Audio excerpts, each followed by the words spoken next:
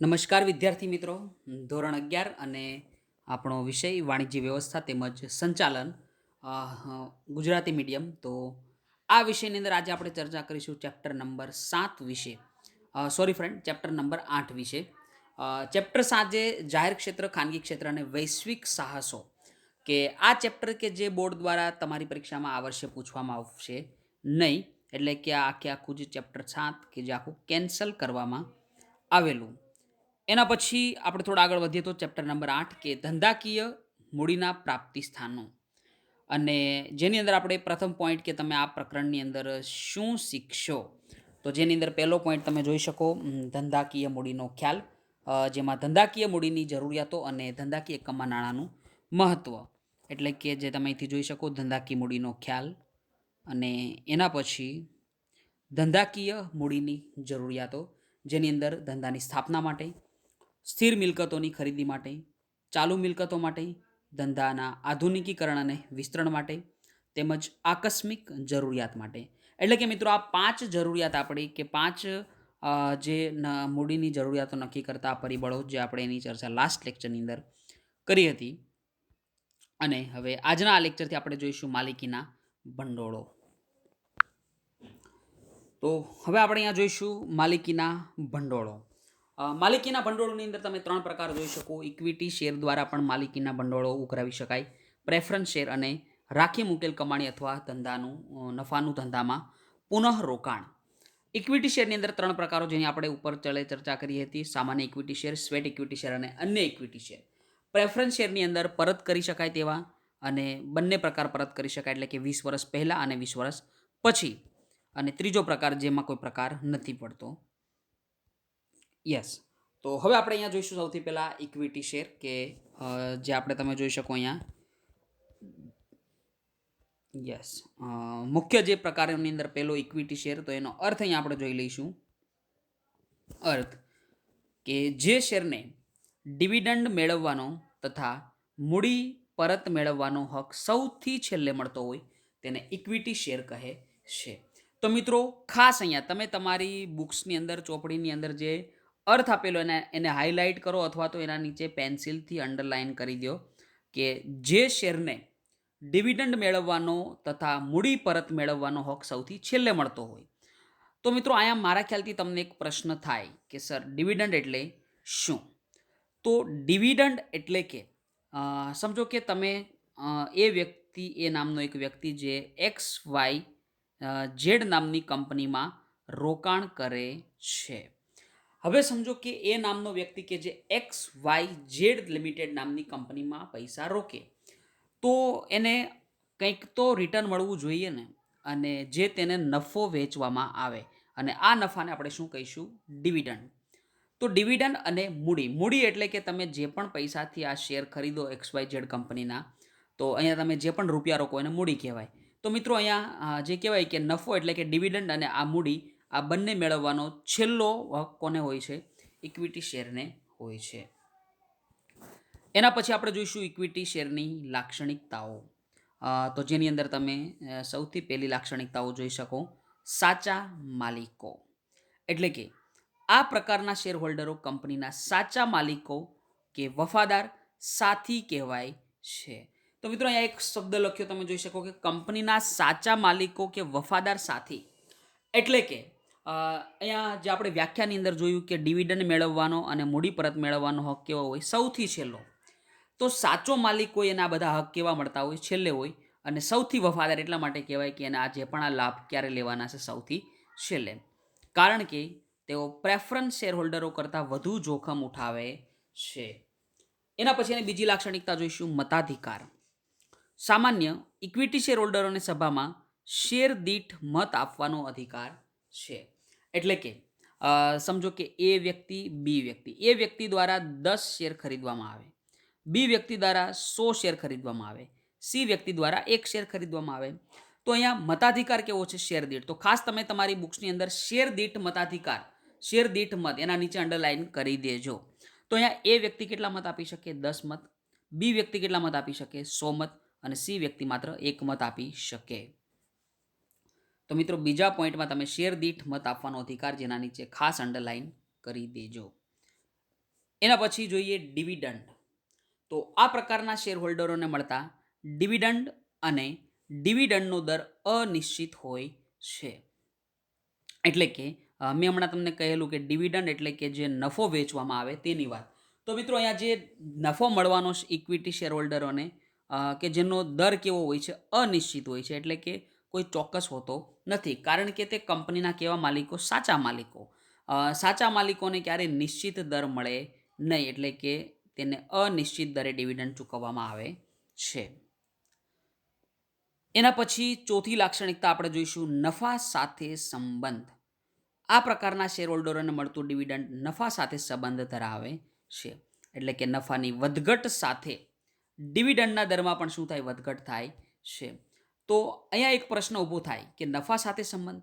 Yes, કારણ કે તમે હમણાં જોયું કે સાચા માલિકો કોણ છે, ઇક્વિટી શેર. તો જો કંપનીને સારો એટલે કે વધુ નફો થાય તો જે પણ વ્યક્તિ કે જેને ડિવિડન્ડ મળે તેને વધારે ડિવિડન્ડ મળે છે. એટલે કે નફાની વધઘટ સાથે તેના ડિવિડન્ડના દરમાં શું થાય, વધઘટ. કે જો કંપનીને સારો કંપની નફો કમાય તો એને સારું ડિવિડન્ડ, વધારે ડિવિડન્ડ મળે. જો ઓછો નફો કંપની કમાય તો એને ડિવિડન્ડ કેવું મળશે, ઓછું મળશે. એના પછી પાંચમી લાક્ષણિકતા સામાન્ય સભા. કંપનીની સામાન્ય સભામાં હાજર રહેવાનો અને મતદાન કરવાનો તેમજ સંચાલકોને ચૂંટવાનો અધિકાર શેર હોલ્ડરોને મળે છે. તો કંપનીની અંદર કોઈ પણ સભા હોય, કોઈ પણ સામાન્ય સભા હોય, તો જેની અંદર જે શેર હોલ્ડર હોય એટલે કે કંપનીનો સભ્ય હાજર રહી શકે, યસ. મતદાન કરાવી શકે, યસ. અને સંચાલકોને ચૂંટવાનો પણ અધિકાર શેર હોલ્ડરોને મળે છે. ઓકે. એના પછી આપણે છઠ્ઠી લાક્ષણિકતા જોઈશું. તો સામાન્ય રીતે આ શેર મૂડી કંપનીના અસ્તિત્વ દરમિયાન પરત કરવામાં આવતી નથી. એટલે કે જે ઇક્વિટી શેર હોલ્ડરોએ જે પણ પોતાના નાણાં રોકેલા હોય, તો જે કહેવાય કે કંપનીનું જ્યારે અસ્તિત્વ હોય આ દરમિયાન આ મૂડી એને પાછી આપવામાં આવતી નથી. એના પછી સાતમી લાક્ષણિકતા વિસર્જન. તો કંપનીના વિસર્જન વખતે, વિસર્જન એટલે કે કંપની જ્યારે બંધ કરવામાં આવે ત્યારની વાત છે અહીંયા. તો કંપનીના વિસર્જન વખતે એટલે કે કંપની બંધ કરવામાં આવે તે વખતે પ્રેફરન્સ શેર હોલ્ડરોને મૂડી કર્યા બાદ જો રકમ વધે તો આ ઇક્વિટી શેર હોલ્ડરોને મૂડી પરત કરવામાં આવે છે.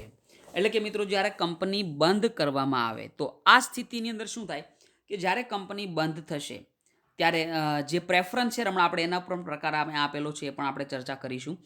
તો સૌથી પહેલાં જે મૂડી હોય, જે કંપનીની અંદર બે પ્રકારના શેર હોય, ઇક્વિટી અને પ્રેફરન્સ.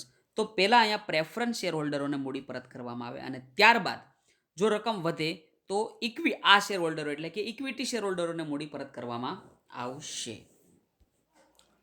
એના પછી આઠમી લાક્ષણિકતા જોઈએ તો લાયકાતના શેર. કંપનીના ચૂંટાયેલા સંચાલક બનવા માટે જો આવેદનપત્રમાં જોગવાઈ કરવામાં આવી હોય અને સંચાલકોએ સંમતિ આપી હોય તો આ શેરને લાયકાતના શેર તરીકે ગણવામાં આવે છે. મિત્રો ખાસ યાદ રાખજો, એક વાક્યમાં પૂછાઈ શકે લાયકાતના શેર કે કંપનીના ચૂંટાયેલા સંચાલક બનવા માટે જો આવેદનપત્રમાં જોગવાઈ આપી હોય અને સંચાલકોએ સંમતિ આપી હોય તો આ શેરને લાયકાતના શેર તરીકે ઓળખવામાં આવે છે. એના પછી મૂડી લાભ. જે નવમી લાક્ષણિકતા તમે જોઈ શકો કે આ શેર હોલ્ડરોને જુદા જુદા પ્રકારના લાભ મળે. જેમ કે જોવા જઈએ તો ઇક્વિટી શેર હોલ્ડરોને હકના શેર મળે. હકના શેર એટલે કે સમજો કે જે કહેવાય કે કંપનીએ ઓલરેડી 1000 શેર ઇસ્યુ કરેલા છે. હવે કંપનીને એવું થાય કે આપણે બીજા 100 શેર ઇસ્યુ કરવા છે, પણ આ 100 શેર આપણે કોઈ બીજી બહારથી કોઈને જનતાને આપવા નથી. આપણે આપણા જે અત્યારે જે હાલના શેર હોલ્ડરો જે 1000 શેર આપણે આપેલા એ લોકોને જ આપણે આ 100 શેર આપીશું. તો તમે આ જોઈ શકો કે 1000ની સામે 1000 શેર નથી, 100 શેર છે. એટલે કે તમે અહીંયા કહી શકો કે 10 શેરની સામે આપણે 1 શેર આપવાનો. ઓકે, જેને કહેવાય હકના શેર. Bonus share. તો મિત્રો બોનસ શેર તમને મારા ખ્યાલથી ખ્યાલ જ હશે. બોનસ શેર એટલે શું થાય કે બોનસ સ્વરૂપે આપવા પડે, જે તમારે અમુક ડિસ્કાઉન્ટથી આપવા પડે, વટાવથી આપવા પડે અથવા તો મફતના ભાવે પણ આપવા પડે. શેરનો બજાર ભાવ વધતા થતો લાભ વગેરે મૂડી લાભ કહેવાય.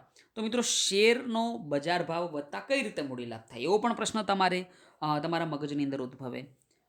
સમજો કે તમે શેર બજારમાંથી કોઈ કંપનીનો શેર 20 રૂપિયાનો ખરીદ્યો. હવે તમને ખબર હોય કે શેર બજારની અંદર જે કિંમત હોય એ વધતી ઘટતી હોય અને 20 રૂપિયાનો તમે જે શેર ખરીદેલો, આવા તમે સમજો કે 1,00,000 શેર ખરીદ્યા. યસ, કેટલા શેર? 1,00,000. હવે 1,00,000 શેર, તમે એક શેર 20 રૂપિયાનો, એટલે કે તમે 20,00,000 રૂપિયા આ કંપનીમાં રોક્યા. હવે સમજો કે જે શેરની કિંમત થઈ ગઈ 50 રૂપિયા. જે શેર તમે 20 રૂપિયામાં ખરીદેલો, આ શેરની કિંમત થાય છે 50 રૂપિયા. તમારી પાસે શેર કેટલા?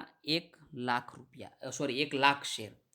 1,00,000 ગુણ્યા તમે 50 કરો તો તમને જવાબ શું મળે? 50,00,000. તો મારા ખ્યાલથી હવે તમે સમજી ગયા કે જે શેર તમે 20,00,000 રૂપિયામાં લીધા હતા એના તમને હવે 50,00,000 મળે, એટલે કે તમને 30,00,000 રૂપિયાનો અહીંયા શું થાય? મૂડી લાભ થયો કહેવાય. અને એના પછી અહીંયા આપણે જે 10મી લાક્ષણિકતા જોઈશું, શેરની નોંધણી. માન્ય શેર બજારમાં આ પ્રકારના શેરની નોંધણી કરવામાં આવી હોય છે. એટલે કે જે પણ શેર બજાર હોય, જે તમે નામ સાંભળ્યું હશે, BSE, NSE national stock exchange, ASE Ahmedabad stock exchange. તો આ જે માન્ય શેર બજારો, આ શેર બજારની અંદર શેરની નોંધણી કરવામાં આવી હોય છે, જેથી આ પ્રકારના શેરનું ખરીદ વેચાણ બજાર ભાવે મુક્ત રીતે કરી શકાય છે. એટલે કે મિત્રો, જો જે અલગ અલગ શેર બજારો, સ્ટોક એક્સચેન્જ હોય, આની અંદર જો કંપની દ્વારા પોતાના શેરની નોંધણી કરવામાં આવે તો આ પ્રકારના જે શેર હોય એનું ખરીદ વેચાણ તમે બજાર ભાવે અને મુક્ત રીતે કરી શકો છો. યસ, તો મિત્રો અહીંયા આપણે જે કહેવાય કે સૌથી પહેલાં આપણે વાત કરી માલિકીના ભંડોળો, જેની અંદર ઇક્વિટી શેર, પ્રેફરન્સ શેર અને રાખી મૂકેલ કમાણી વિશે વાત કરી. એના પછી આપણે ઇક્વિટી શેર, કે જેનો અર્થ આપણે જોયો કે જે શેર ડિવિડન્ડ મેળવવાનો અને મૂડી પરત કરવાનો ક્યારે મળે? સૌથી છેલ્લે મળતો હોય. એના પછી એની આ 10 લાક્ષણિકતા જોઈ છે. એમાં સૌથી પહેલાં સાચા માલિકો, મતાધિકાર, ડિવિડન્ડ, નફા સાથે સંબંધ, સામાન્ય સભા, મૂડી પરત, વિસર્જન, લાયકાતના શેર, મૂડી લાભ અને શેરની નોંધણી. તો મિત્રો, અહીંયા હું તમને 1 થી 2 મિનિટનો સમય આપીશ. આ 1 થી 2 મિનિટની અંદર તમે ઇક્વિટી શેર અને એનો અર્થ અને એની સાથેની લાક્ષણિકતાઓનું એકવાર વાંચન કરી લો. So please friend, continue it.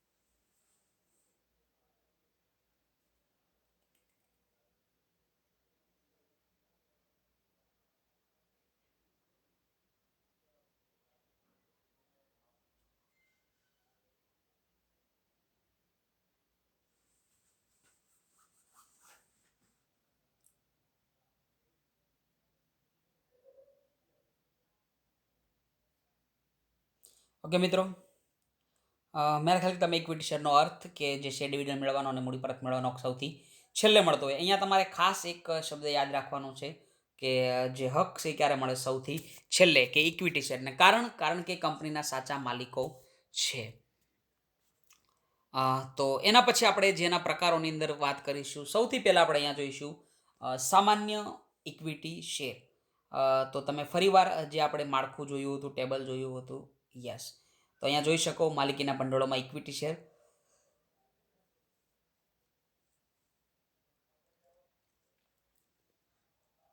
જેની અંદર સામાન્ય equity share, sweat equity share અને અન્ય ઇક્વિટી શેર. તો એના પ્રકારો વિશે પણ આજે આપણે ચર્ચા કરીશું. યસ. તો મિત્રો તમે પેજ નંબર તમારી બુક્સની અંદર પેજ નંબર 88 એટલે કે 88 નંબરના પેજ ઉપર જોઈ શકો સામાન્ય ઇક્વિટી શેર. તો સૌથી આપેલો પ્રકાર આપણે જોઈશું સામાન્ય ઇક્વિટી શેર. આ શેર કંપની માટે ખૂબ જ અગત્યના છે. શેર મૂડી મેળવતી દરેક કંપનીએ ઇક્વિટી શેર બહાર પાડવા કેવા છે? ફરજિયાત. મિત્રો ખાસ અહીંયા તમે એક જે કહેવાય કે અંડરલાઇન કરી દેજો કે જે પણ કંપની કે જેણે શેર મૂડી મેળવી હોય તો આ દરેક કંપનીએ ઇક્વિટી શેર બહાર પાડવા કેવા છે? ફરજિયાત. આ શેર ખરીદનાર શેર હોલ્ડરો જ કંપનીના સાચા માલિકો છે. તો આપણે પહેલાં પણ વાત થઈ હતી લાક્ષણિકતાઓની અંદર કે ઇક્વિટી શેર હોલ્ડરો જે કંપનીના કેવા માલિકો? સાચા માલિકો છે. આ શેર હોલ્ડરો જ કંપનીના ધંધાનું સાચું જોખમ ઉઠાવે છે. કારણ તો તમને મારા ખ્યાલથી ખબર જ હશે કે આ શેર પર ડિવિડન્ડ મેળવવાનું અને મળે તો ડિવિડન્ડનો દર કેવો હોય? અનિશ્ચિત હોય છે. તો મિત્રો અહીંયા તમે ખાસ વાંચી શકો કે આ શેર હોલ્ડરો કે જે કંપનીના ધંધાનું સાચું જોખમ ઉઠાવે છે. એટલે કે જે ઇક્વિટી શેર હોય શેર હોલ્ડરો કારણ કે એને જે ડિવિડન્ડ એટલે કે જે નફો મળતો હોય તે અને જે નફાનો દર હોય એટલે કે ડિવિડન્ડનો દર કેવો હોય? અનિશ્ચિતની સાથે તમને બીજી પણ વસ્તુ કે જે આ હક છે એનો ક્યારે મળે છે? છેલ્લે. ઉપરાંત કંપની ફડચામાં જાય કે વિસર્જન કરવામાં આવે તો મિત્રો તમને પ્રશ્ન થાય ફડચામાં જાય એટલે શું? ફડચામાં જાય એટલે કે ખોટમાં જાય. કે જ્યારે પણ સમજો કે કોઈ કંપની કે જેના દ્વારા સમજો કે કે કંપનીને સમજો કે નફો ન થતો હોય તો ત્યારે કંપનીનું વિસર્જન એટલે કે કંપની બંધ કરવામાં આવે. અને સમજો કે જ્યારે પણ કંપની બંધ કરવામાં આવે ત્યારે મિલકતોના વેચાણથી ઉપજેલ રકમમાંથી દેવાની ચૂકવણી કર્યા બાદ તેઓને સૌથી છેલ્લે મૂડી પરત મળે છે. તો તમે અહીંયા જોઈ શકો કે જ્યારે પણ કંપની બંધ કરવામાં આવે તો કંપનીની જેટલી પણ મિલકતો હોય આ બધું મિલકતોનું શું કરવામાં આવે? એને વેચાણ કરવામાં આવે એટલે કે મિલકતો વેચી દેવામાં આવે. હવે સમજો કે મિલકતો વેચી દેવામાં આવે ત્યારે આ મિલકતોમાંથી જે પણ રકમ નીકળે એટલે કે સમજો કે તમે જે પણ મિલકતો એને વેચો તો તમને કંઈક રકમ તો મળશે. તો આ રકમમાંથી કંપની શું કરશે કે જે પણ દેવું હશે એ દેવાની ચૂકવણી કરશે. ઓકે. જે પણ દેવું હશે દેવાની શું કરવામાં આવે? ચૂકવણી. અને આ દેવું ચૂકવ્યા બાદ જો સૌથી છેલ્લે મૂડી પરત મળે છે. એટલે કે મિત્રો સમજો કે તમને ખબર હશે કે કોઈ પણ કંપની હોય કે એને દેવું હોય જ કંપનીની માથે જવાબદારી અને દેવું. તો આ બધા દેવા ચૂકવ્યા બાદ જો રકમ વધશે તો કોને મળે? ઇક્વિટી શેર હોલ્ડરોને મળે. પ્રવર્તકો એટલે કે પ્રમોટર્સ કે જે કંપનીની સ્થાપનાનો વિચાર કરે તો પ્રવર્તકો ટૂંકા ગાળાની, મધ્યમ ગાળાની અને લાંબા ગાળાની મૂડીની જરૂરિયાતને ધ્યાનમાં રાખી પોતાની મૂડી ઊભી કરવા આ શેર બહાર પાડે છે. એટલે કે મિત્રો જે પણ પ્રમોટર્સની અગર જો વાત કરવામાં આવે તો આ પ્રમોટર્સ કે જે ટૂંકા ગાળાની મૂડી પણ બહાર પાડી શકે, મધ્યમ ગાળા અને લાંબા ગાળાની મૂડી જરૂરિયાતને ધ્યાનમાં રાખીને શું કરશે? પોતાની મૂડી ઊભી કરવા આ શેર બહાર પાડે. કંપની મોટા પાયા પર મૂડી મેળવવા માટે તેની મૂડીને નાના નાના હિસ્સાઓમાં વેચી નાખે. આ દરેક હિસ્સાને શેર કહે છે. તો મિત્રો ફરીવાર તમારા માટે જે એક વ્યાખ્યા પૂછાઈ શકે કે શેર કોને કહેવાય અથવા તો શેર હોલ્ડર કોને કહેવાય, બે વ્યાખ્યા પૂછાઈ શકે. ધ્યાનથી મારા શબ્દ સાંભળજો. શેર કોને કહેવાય? શેર હોલ્ડર કોને કહેવાય? તો આ બે વ્યાખ્યાનો આજે આપણે અહીંયા મતલબ પણ સમજી લઈએ અને ખાસ તમે એક અંડરલાઇન કરી દેજો. હું જ્યાં પણ અહીંયા અંડરલાઇન કરું ત્યાં તમારી બુક્સની અંદર અંડરલાઇન કરવાની. પેજ નંબર 88 ઉપર જે વિદ્યાર્થીઓ માત્ર ને માત્ર લેક્ચર જોવે છે અને એ પણ મેં ઘણા વિદ્યાર્થીઓ જોયેલા કે માત્ર ને માત્ર પોતે સૂતા હેન્ડ્સફ્રી કાનમાં નાખીને લેક્ચર સાંભળતા હોય છે. બાજુમાં કોઈ બુક્સ અથવા તો કોઈ નોંધ કરવા માટે કંઈ પણ પેન અથવા તો કોઈ ચોપડી રાખતા નથી. એ વિદ્યાર્થી મિત્રોને મારે અહીંયાથી આજથી ખાસ કહેવું છે કે તમે જે પણ હું અહીંયા અંડરલાઇન કરવાનું કહું તે તમે તમારી બુક્સની અંદર શું કરો? અંડરલાઇન કરો. ઓકે. તો ખાસ તમે તમારી બુક્સની અંદર પેજ નંબર 88માં અંડરલાઇન કરજો કે કંપની મોટા પાયા પર મૂડી મેળવવા માટે તેની મૂડીને નાના નાના હિસ્સામાં શું કરે, વેચી નાખે છે. આ દરેક હિસ્સાને શેર કહે છે અને આ શેર ખરીદનારને શું કહેવાય, તો શેર હોલ્ડર કહેવાય. તો મિત્રો આપણે ખાસ યાદ રાખીશું કે કંપની કે જે પોતાની જે મૂડી હોય, જે મૂડી મેળવવા માટે નાના હિસ્સામાં શું કરશે, એને વેચી નાખે અને જે આ મૂડી નાના નાના હિસ્સામાં વેચી હોય તે દરેક હિસ્સાને શેર કહેવાય અને આ શેર જે પણ વ્યક્તિ ખરીદે એને શું કહેવાય, શેર હોલ્ડર કહેવાય.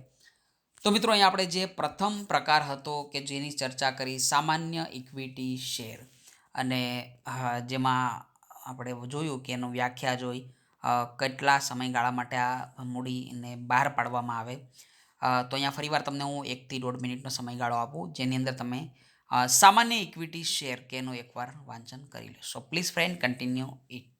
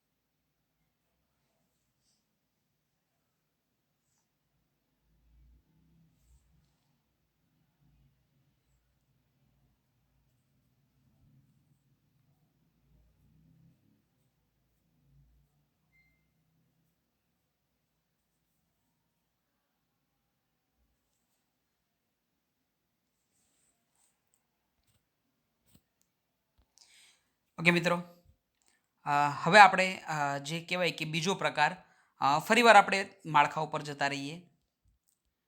યસ, તો તમે અહીંયા જોઈ શકો ઇક્વિટી શેરના પ્રકારો, જેની અંદર સૌથી પહેલાં સામાન્ય equity share, sweat equity share અને અન્ય ઇક્વિટી શેર. મિત્રો તમારા મગજની અંદર પ્રશ્ન ઊભા થતા હશે કે શા માટે સર ફરીવાર આ માળખું બતાવી રહ્યા છે. તો મિત્રો આ જે માલિકીના ભંડોળોનું જે અહીંયા 3 અલગ અલગ પ્રકાર, કે જે તમારી પરીક્ષાની દ્રષ્ટિએ જોવા જઈએ અથવા તો તમારા નોલેજ અથવા તો તમારી જાણકારી માટે જોવા જઈએ તો આ ઇમ્પોર્ટન્ટ છે કે આને યાદ રાખવું જરૂરી છે. આપણે યાદ રાખીશું માલિકીના ભંડોળો 3 પ્રકાર: ઇક્વિટી શેર, પ્રેફરન્સ શેર અને રાખી મૂકેલ કમાણી અથવા તો નફાનું ધંધામાં પુનઃરોકાણ. જેની અંદર ઇક્વિટી શેરમાં વાત કરવામાં આવે તો 3 પ્રકાર: સામાન્ય, સ્વેટ ઇક્વિટી શેર અને અન્ય ઇક્વિટી શેર. તો હવે આપણે સ્વેટ ઇક્વિટી શેર વિશે અત્યારે ચર્ચા કરીશું, કે જે તમે પેજ નંબર 88 ઉપર જોઈ શકો. યસ, તો સૌથી પહેલાં આપણે જોઈશું સ્વેટ ઇક્વિટી શેર. તો સ્વેટ ઇક્વિટી શેર કોને કહે છે? કંપની તેના સંચાલકો અને કંપનીમાં કામ કરતી વિશિષ્ટ જ્ઞાન ધરાવતી વ્યક્તિઓને તથા કર્મચારીઓને વટાવથી અથવા રોકડ સિવાયના અવેજથી જે શેર ફાળવે તેને શું કહેવાય? સ્વેટ ઇક્વિટી શેર કહે છે. તો મિત્રો અહીંયા ખાલી આપણે 2 જ લાઈન ભણવાની છે સ્વેટ ઇક્વિટી શેરની અંદર, જે તમે જોઈ શકો કે કંપની તેના સંચાલકો અથવા તો જે વિશિષ્ટ જ્ઞાન ધરાવતી વ્યક્તિઓને અથવા તો કર્મચારીઓને વટાવથી અથવા તો રોકડ સિવાયના આવેશથી જે શેર ફાળવે તેને શું કહેવાય? સ્વેટ ઇક્વિટી શેર કહેવાય છે. તો મિત્રો તમને પ્રશ્ન હજી પણ થતો હશે કે કઈ રીતે?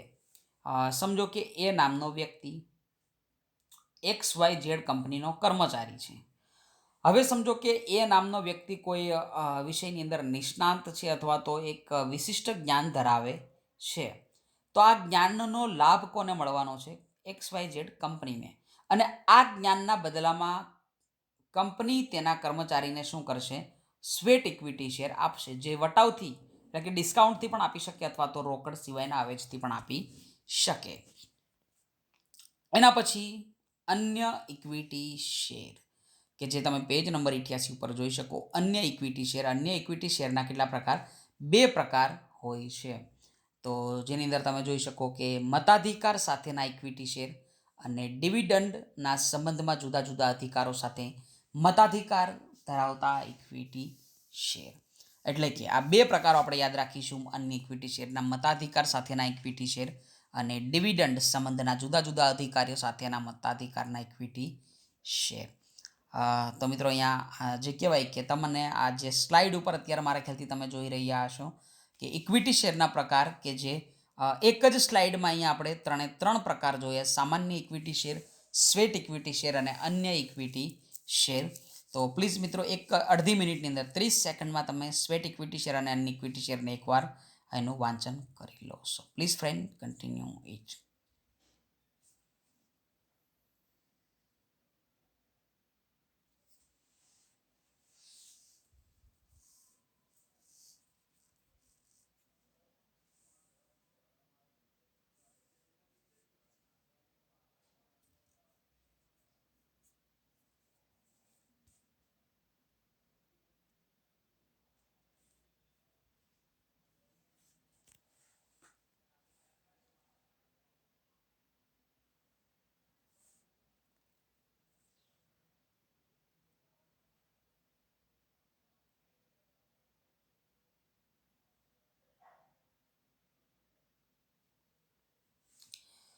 ઓકે, હવે માલિકીના ભંડોળની અંદર બીજો પ્રકાર કે જે તમે જોઈ શકો, પ્રેફરન્સ શેર.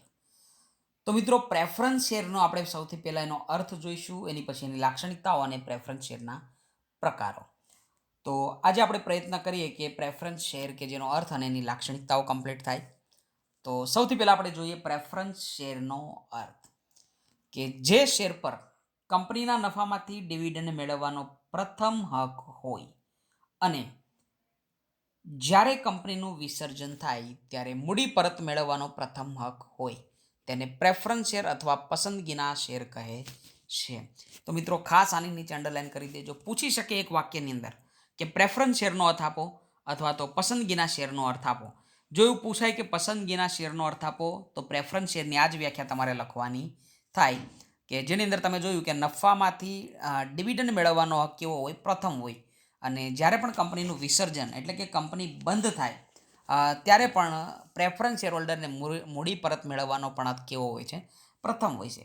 એટલે કે અહીંયા આપણે 2 પ્રકારના શેર જોયા, એક ઇક્વિટી શેર અને બીજો પ્રેફરન્સ શેર. તો મિત્રો પ્રેફરન્સ લખેલું છે, તમને શબ્દ ઉપરથી જ ખબર પડી જાય કે અહીંયાને કંઈક પ્રેફરન્સ આપવામાં આવતો હશે. એટલે કે પ્રેફરન્સ શેર હોલ્ડરને શું હોય કે અહીંયા પ્રેફરન્સ આપવામાં આવતો હોય, એટલે કે એને ઇક્વિટી શેર હોલ્ડર કરતાં ડિવિડન્ડ મેળવવાનો તેમજ વિસર્જન સમયે મૂડી પરત મેળવવાનો હક કેવો હોય છે? પ્રથમ હોય છે. એના પછી જોઈએ આપણે પ્રેફરન્સ શેરની આ 6 લાક્ષણિકતા વિશે આજે ચર્ચા કરીશું. તો જેની લાક્ષણિકતાઓની અંદર સૌથી પહેલાં જોઈએ ડિવિડન્ડ. એટલે કે પ્રેફરન્સ શેર હોલ્ડરોને નિશ્ચિત દરે ડિવિડન્ડ મેળવવાનો પ્રથમ હક હોય છે. તો આને આપણે અત્યારે સરખામણી ક્યાંક કોની સાથે કરીશું? ઇક્વિટી શેર સાથે. તો મિત્રો ઇક્વિટી શેર હોલ્ડરોને નિશ્ચિત દરે ડિવિડન્ડ મળતું ન હતું અને પ્રથમ હક પણ નહોતો, એનો છેલ્લો હક હતો. મારા ખ્યાલથી તમને ખબર જ હશે કે ડિવિડન્ડ મેળવવાનો ઇક્વિટી શેર હોલ્ડરોને છેલ્લો હક હતો, જ્યારે નિશ્ચિત દરે પણ ડિવિડન્ડ મળતું ન હતું. મતાધિકારની જો વાત કરવામાં આવે તો આ શેર હોલ્ડરોને માત્ર તેમના હિત સાથે સંકળાયેલી બાબતોમાં જ મત આપવાનો અધિકાર હોય છે. એટલે કે મિત્રો પ્રેફરન્સ શેર હોલ્ડરોને બધી બાબતોમાં એને મત આપવાનો અધિકાર હોતો નથી. જો કંપનીની અંદર કોઈ એવી બાબત હોય કે જે પ્રેફરન્સ શેર હોલ્ડરો સાથે સંકળાયેલી હોય, તો આ બાબતોની અંદર પ્રેફરન્સ શેર હોલ્ડરોને મત આપવાનો અધિકાર મળે. એના પછી પસંદગી.